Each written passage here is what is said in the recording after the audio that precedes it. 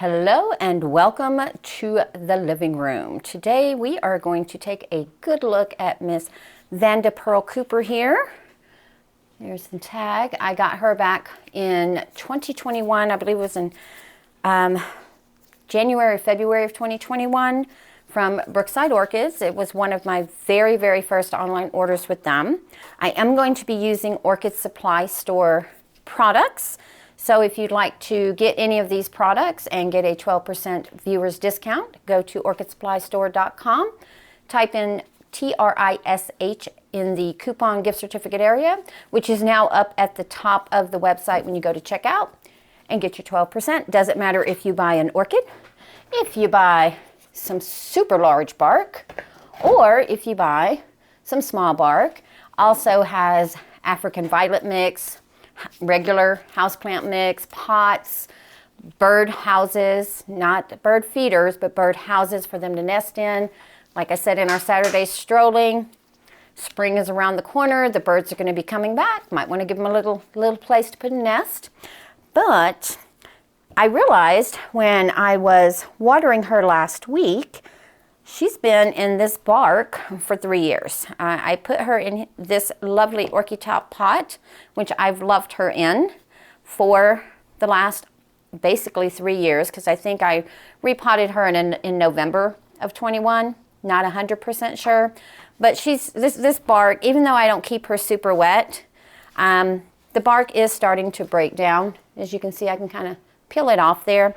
I did soak her really well in 120 parts of CalMag and seaweed. It was 100 parts CalMag, 20 parts seaweed. I did measure it this time. I did the CalMag first, got it to the 100. Well, it was 99, let's be honest. And then rounded it with the seaweed. And it was around 121. So let's just say 120 for goodness sake. But I am going to put her in, let me move her real quick. I'm going to put her in the octagon basket with the burlap. That seems to be really working out well here in the living room. Now, she was grown outside for the last 2 growing seasons, 22 and 23. I haven't 100% committed to growing orchids outside this year just because of the grasshoppers. I don't like the way that the orchids look when they come in with all the little chew marks. Aesthetically, it bothers me. I know in nature that's how they look, but they're in my living room, so they don't have to look that way. So I'm still working on that. Now, I decided to go ahead and repot her now. It is February 4th of 2024, I believe, because, let me see if I can find it. She's got quite a few areas of active root growth. You can see the little root tip right there. These right here, you can barely see, but the roots are getting ready to activate.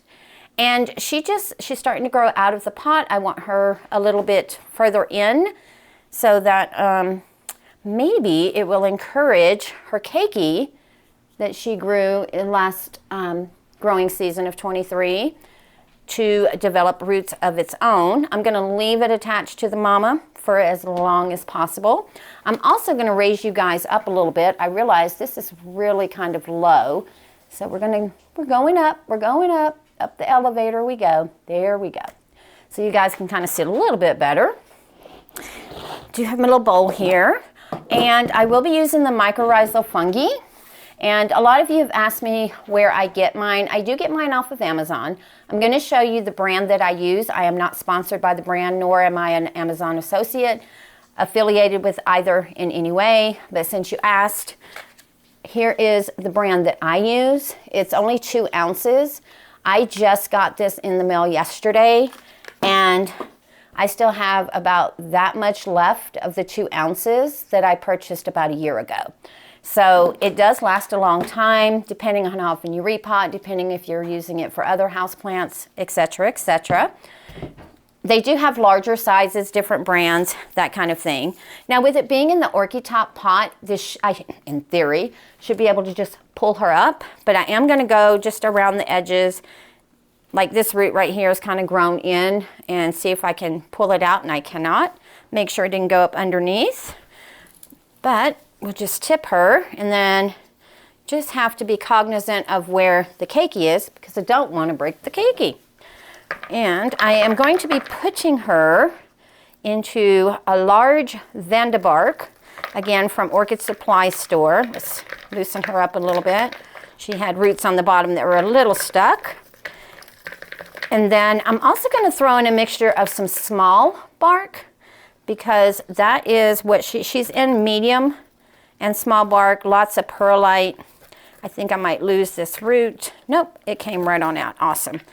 I don't think there's charcoal in here. I don't think I was using charcoal at the time. But this way it opens up my orchid top for something else. I don't have anything in mind to put in there. It'll just leave it open, but this piece is pretty firm actually. I wanted to also check on the roots after 2 years. And any media that might be attached to roots that are good, I am not going to force it off. I'll just leave it on there. It'll flush out in the net basket there. But I do have to say, roots are not as bad as I was expecting them to be. Let's get a close in. Look at those. They're not as bad as I thought they were going to be. We do have a few that will need to get cut off, but overall, it's a fairly good little root system in there considering the trauma she's been through. Like this root looks like it's a goner, but it is super firm, not squishy at all, so we'll leave that on there. I will cut the tip of that off just because encouraging growth. She is a brancher, as you can see right here. So let me just double check here. Yeah, just very minimal root cleanup here, and then we'll be able to get her in. Something else I'm going to do is, again, I'm going to take off the bottom 3 leaves here. This one right here, this one right here. Maybe not the bottom 3. Maybe just, let me take this one off first, because the root did crack it. It did get a little bit of sun damage to it, so I'm trying to clean it up aesthetically. Let's see. Just take as much of it off as you can. There we go. And then this side. I like to tear my leaves in half to get them off all the way. Some people just pull them off in one fell swoop from the bottom. I like to go to the top. I've already done it, but I'll just do it again. But I like to go, excuse me, to the top and then just kind of tear it down the middle so that it kind of, I can break it off that way. Everybody has their own little unique way of doing things that work for them. Now, before I do this one, I want to check on Mama here, Miss Keiki here. Actually, yeah, it's actually kind of, let me show you. I think if I take it off, it might help encourage roots, and those roots should, in theory, I'll have to take this one off of this side then to get it off smoothly. I know it looks mean what I'm doing, just ripping leaves, healthy leaves off of this orchid, but this way I can set her in a little bit deeper, because I'm going to show you why I want to do that. So if I do take, see now the keiki, when I set it in, I can set the keiki right above the media in theory, and then encourage some root growth off of a keiki. But other than that, I don't think I'm going to do anything else, and take off a couple of these roots. Like this one here is attached to one that looks like it's a goner, but it actually is firm there. And we'll take off this one. Very minimal. Very happy with this. Not bad. Not the root system I expected after being in this pot for 2 years, but I did put her under quite the stress of moving her in and out. And then she's been growing, oh, that one broke, so let me just clip that off all the way. I've been growing her under my Barina lights on the grow shelf. So this is where I plan to put her back. I'm hoping that this basket won't be too tall, because she is also hitting when I go to take her out. I have to kind of take her out at an angle so that I don't break anything. I'll go ahead and cut that piece off as well. Just that little edge is breaking off. And I think that's all we're going to do, ladies and gentlemen. all we're going, let me just double check these. They're really old roots and they don't look healthy. They look very brown, but they're very, very firm. So they're still doing something. We're gonna leave it on there. This is the sun damage I was talking about right here. Before I put up the shower curtain cloth last year, she suffered a little bit. Just put her in the Orchiata pot. Well, no, I'm not, because then I'll break those outer roots. Let's see, old fertilizer bead, which I wish I would have shown you guys because it breaks up real easily. So I'm gonna put some of the large bark at the bottom. And then I'm gonna pour some of the small medium mix. And there is a little bit of moss. If you're new, I do use whatever mix I previously used in the next repot if I can use it on that particular type of orchid. It's very minimal moss. It's very cut up and minute. It's not big chunks of it. So she's not going to stay wet too long. And besides that, with the burlap and the net basket, lots and lots of airflow. And again, I want to give credit to Ken for giving me the burlap idea. He uses burlap on his mounts to kind of hold things in, and it just looks aesthetically nice. And so I've been going burlap crazy. For those of you who've been watching the last few weeks, you'll know, you can attest to, I've just been going crazy with the burlap. So now I'm going to put just a little bit of mycorrhizal fungi. I didn't bring my little scooper spoon, so we'll just sprinkle a little bit across the bottom. Nothing heavy. And then since I have it out and I'm thinking of it, I'll go ahead and put the slow release fertilizer at the bottom as well. And I probably should put it at the top. I'll put a few beads at the top. I just put a few at the bottom. And to keep those roots we're getting ready to put in sitting on that fertilizer, put just a little bit of small bark on there. So now how are we going to get her in? Because I'm trying all these roots that were kind of growing out of the Orchiata. I kind of want them to fit in here, but allow me to get her kind of low and centered. That's the trick, low and centered. Okay, that I think she'll be fine because, let me see, just maneuver that there a little bit. Let me maneuver some of these roots so they don't break while I am trying to get her a little bit lower. And it wouldn't surprise me if some of these roots decided to go ahead and grow out through the burlap, which is kind of the idea anyway. I just think that's going to look so pretty. But this way, here's the rim. So the rim, and here's the base, so they'll be right up under the rim. And then this way, it allows her to sit, and as she's growing, I can just add the bark. So I'm going to put some of the larger pieces up underneath here. How is everyone doing? I am so sorry, I'm rude. I just jumped right on in and said, welcome to the living room, and this is what we're doing, and we did it. So I don't know if the groundhog saw their shadow. I usually keep up with that. I know it's a little myth and not a lot of people do it, but that is something that I usually do every February 2nd, I believe, is when they do it. And from what I understand, it's actually a German tradition brought over when the German settlers came. Of course, I think in the original in Germany, I think they used badgers. Someone correct me if I'm wrong, and they couldn't find badgers, so they used the groundhog as a substitute. But I do know the tradition comes from the German settlers. So that part I'm pretty confident about. So the rest of it, not 100%. And I did not get enough bark mix. So let me turn you off, finish filling her up, and I will be right back. Go ways right back.